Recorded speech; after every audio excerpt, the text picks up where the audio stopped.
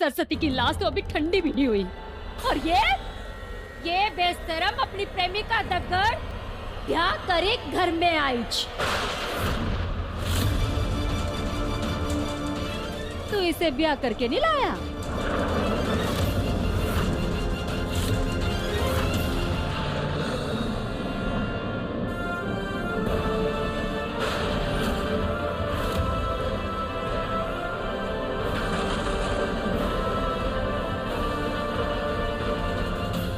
मैं केवल इतना जानता हूं कि अपनी बेटी को अंतिम स्थल पहुंचाने के लिए मैं और प्रतीक्षा नहीं करवा सकता।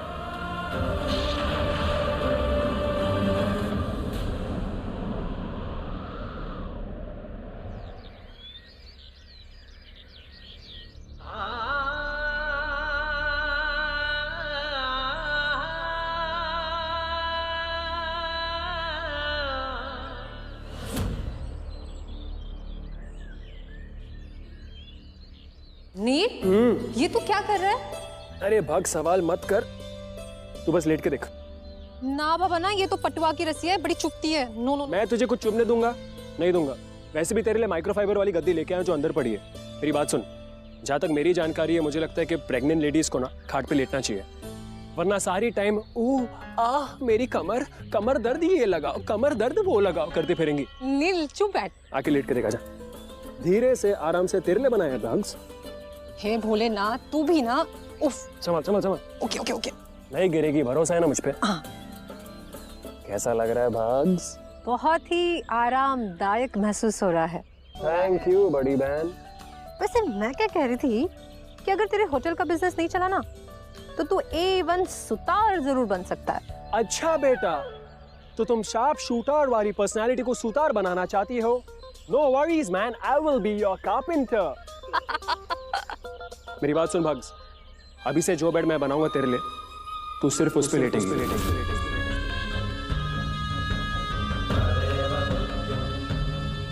इस घर का प्रकाश तो राम नाम से घिरा इस दुनिया से निकास कर रहा है।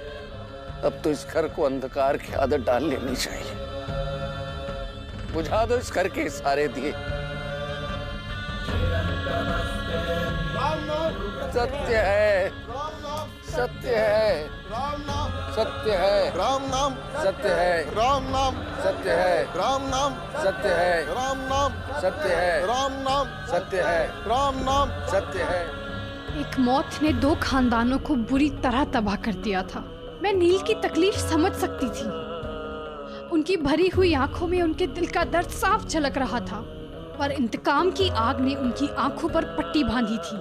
काश मैं उन्हें समझा पाती कि जिसके खून के प्यासे वो बने बैठे थे, वो कातिल नहीं, मोहसिन थे। सरस्वती दी की जान बचाने की पूरी कोशिश की थी बाबा ने। अब मेरे पास सिर्फ 2 रास्ते बचे थे। या तो मैं वहां से डरकर चुपचाप भाग जाती, या फिर अपने बाबा को बेगुनाह साबित करके उनका सम्मान उन्हें वापस दे पाती। और अब हालात ने मुझे इस मोड़ पर लाकर खड़ा कर दिया है कि मेरे बाबा की बेगुनाही साबित करना ही मेरी जिंदगी का मकसद भी है, और मेरी कहानी भी। मेरी कहानी जो अब शुरू होती है।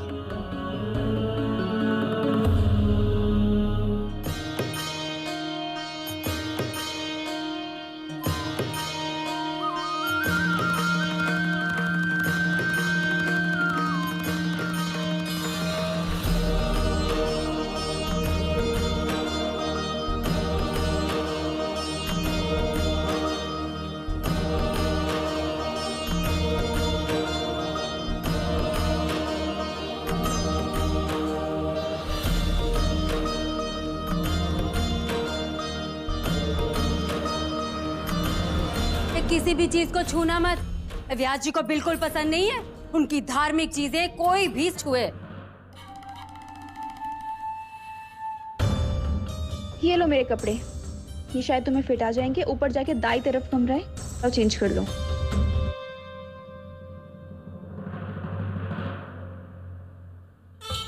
ज्वारी,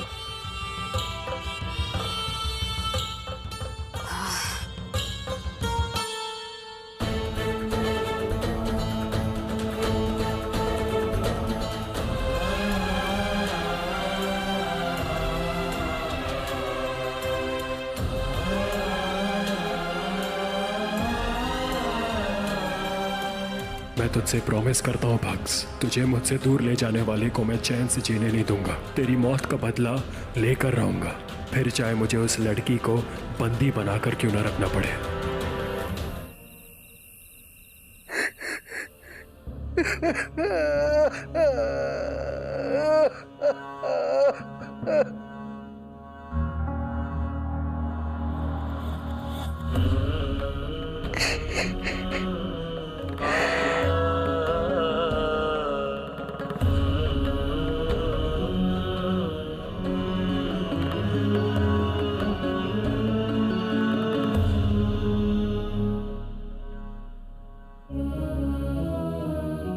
इस पदवी का भार इतना प्रचंड है कि अपनी मृत बेटी के अभाव को व्यक्त करने के लिए भी लोगों के सामने अपने आंसुओं को रोकना पड़ता है मुझे। वरना तुझ जैसी देवी की याद में बहे हर आंसू को यह अधिकार है कि वो गंगा जी में जाकर विलीन हो जाए। तू तो जानती है इतनी पीड़ा है तेरे बाबा में, इतनी दोषिता है कि मुझे अपने हृदय की धड़कनों पर भी क्रोध आता है। काश मेरे हृदय की धड़कनें मुझसे नाता तोड़कर तेरे सीने में शरण में लेती।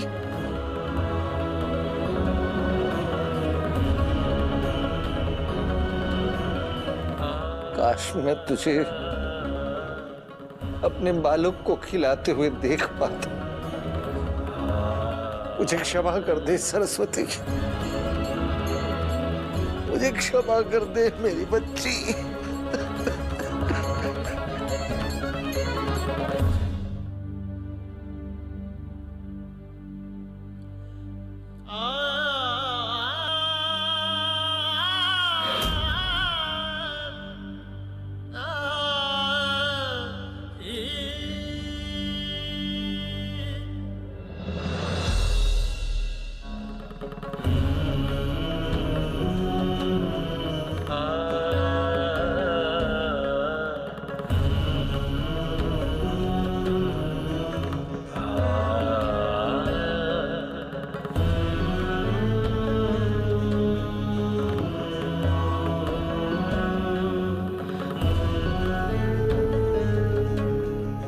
लेकिन यह सरस्वती का रुमाल यहां आया कैसे?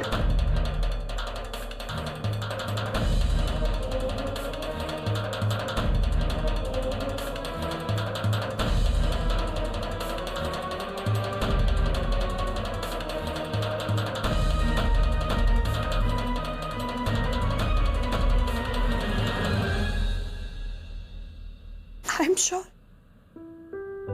इन्हीं की तरह इस वक्त मेरे बाबा भी मुझसे बिछड़ने के गम में आंसू बहा रहे होंगे। व्यास जी के आंसू तो सरस्वती दीदी ने पोंछ दी, लेकिन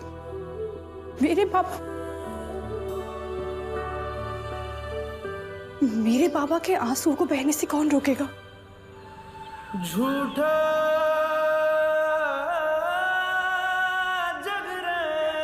बसेरा साचा दर्द मेरा,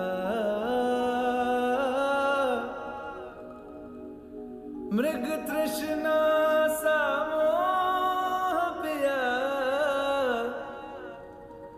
नाता मेरा तेरा,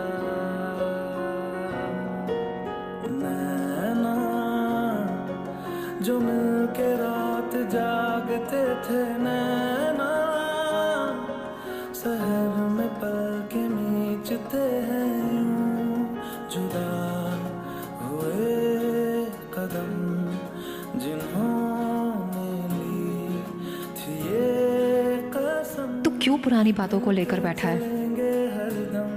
मैं हूं ना तेरे लिए, तेरी रक्षा करने के लिए। और एक चीज हमेशा याद रखना कि तेरा छोटा भाई हमेशा हमेशा तेरा प्रोटेक्टर बन के रहेगा, तेरा ख्याल रखूंगा। और ये जो आने वाला गोलू है ना, उसको मैं अपना असिस्टेंट बनाऊंगा। मुझे दो बातें परेशान कर रही थी। एक तो ये कि सरस्वती दी की बच्ची प्रीमेच्योर थी और उसको जिंदा रखने के लिए उसका NICU में रहना जरूरी था। अगर मैं बच्ची के बारे में पहले नील को बता देती तो वो गुस्से में उसे वहां से ले आते।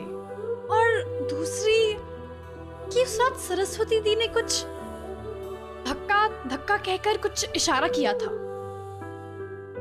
आखिर क्या कहना चाहती थी सरस्वती दीदी? मैंने नील को बताने की भी कोशिश की। सुनिए, मुझे आपसे बहुत जरूरी बात पूछनी है। क्या सरस्वती दी का पोस्टमार्टम करवाया था? How insensitive.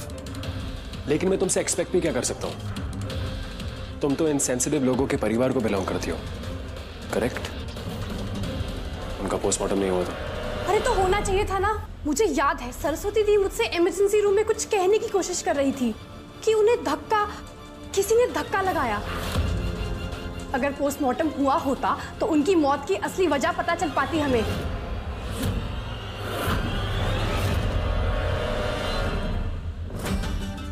आप सुन भी रहे हैं मैं आपसे क्या कह रही हूँ?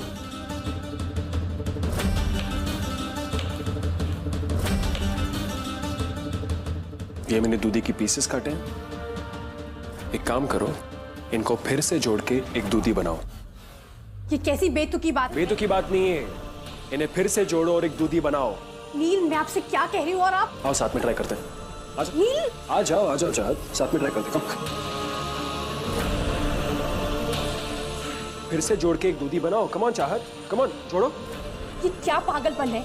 एक बार कटी हुई चीज, टूटी हुई चीज फिर से कैसे जुड़ सकती है? एग्जैक्टली। जो एक बार टूट चुका है वो फिर से वापस जुड़ नहीं पाएगा।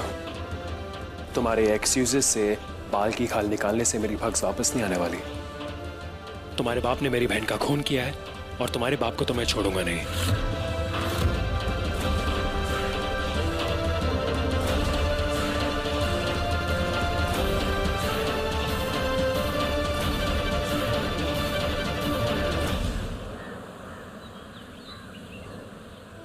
सरस्वती की ये तस्वीर शोक सभा के लिए ठीक रहेगी ना?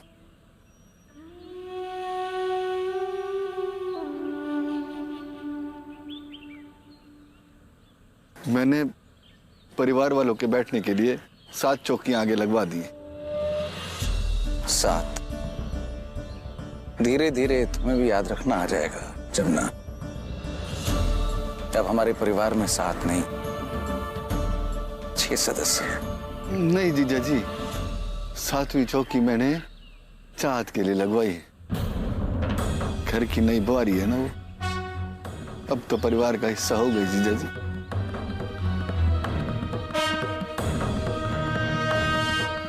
तेरे होने से पहले वो किसी भी पारिवारिक कार्यक्रम का हिस्सा नहीं बन सकती जमुना। मैं स्वयं जाकर गोदामबरी को बोल के आता हूं कि वो लड़की किसी भी हाल में कमरे से बाहर नहीं आनी चाहिए।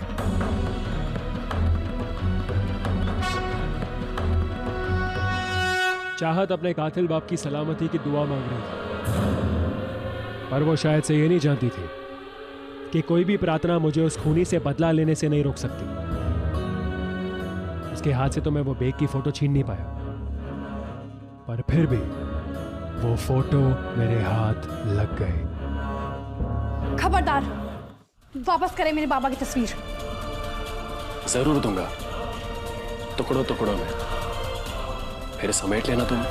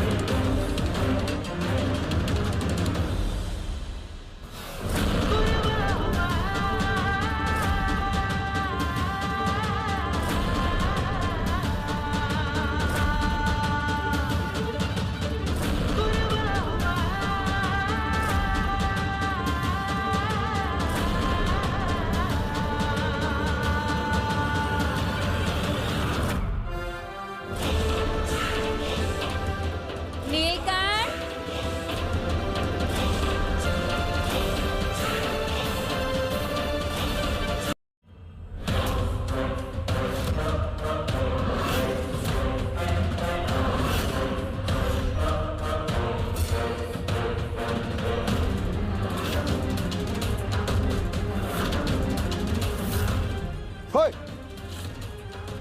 तुम यहाँ क्या कर रही हो? तुम्हें मना किया था ना बाहर आने के लिए। मैं 1 मिनट के लिए गुसलखान के आ गई, ये तो बाहर आ गई। मैं अभी अंदर ले जाऊं दूँ। चल छोरी चल। लेकिन वो गोदामबरी जो कह रही है वो करो।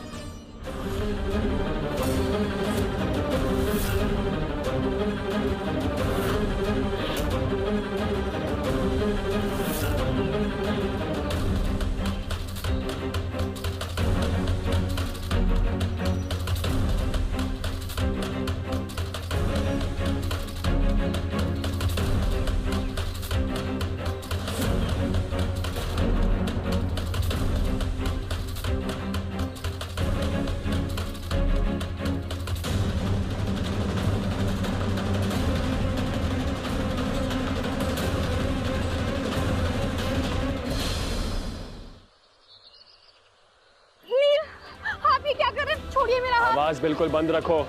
तुम्हारी आवाज मुझे आजकल बहुत इरिटेट कर रही है। चुपचाप चलो मेरे साथ। नील छोड़िए मेरा हाथ।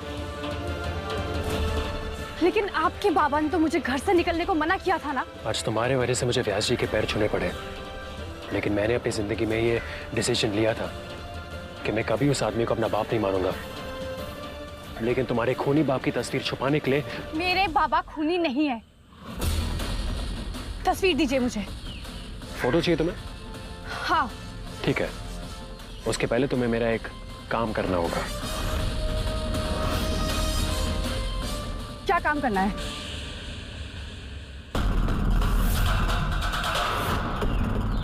ये पोस्टर को वहां जाके टंगा दो। ले लो।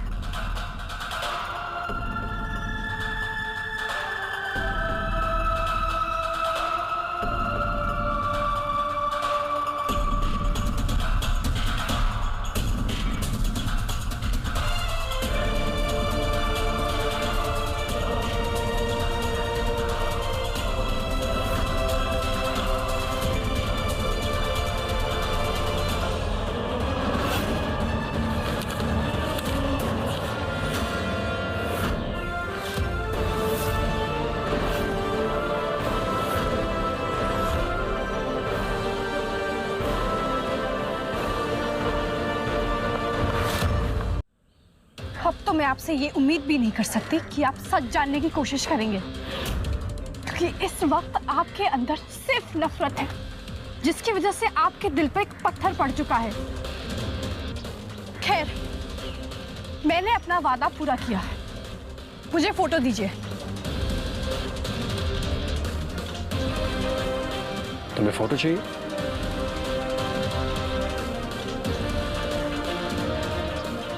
ये चाहिए तुम्हें? मेरी बात ध्यान से सुनो। ये फोटो मैं तुम्हें जरूर दूंगा। ये नीलकंठ ध्यानी का प्रॉमिस है, लेकिन काम पूरा होने के बाद। वो पोस्टर तो तुमने लगा दिया। जब तक तुम इस मोहल्ले के हर गली नुक्कड़ पर अपने खूनी बाप को पकड़वाने के पोस्टर्स नहीं लगाती, तब तक तुम्हें ये फोटो नहीं मिलेगी।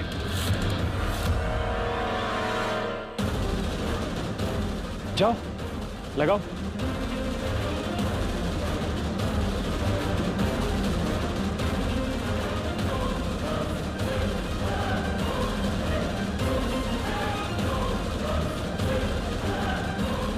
ये रहे posters.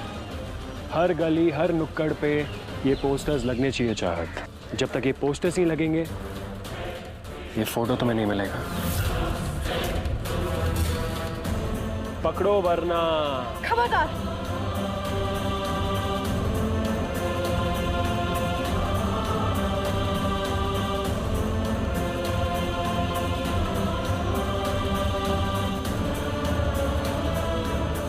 I'm sorry, Bugs. I'm so sorry.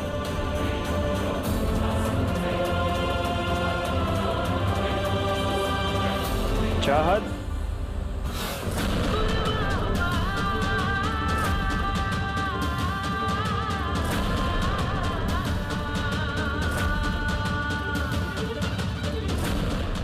जिस तरह तुमने मुझे व्यास जी के पैर छूने पर मजबूर किया था चाहत, उसी तरह मैंने गांव वालों के सामने तुम्हारे बाबा को कातिल करार करने पे मजबूर कर दिया है। टिट फॉर टैट, हिसाब बराबर।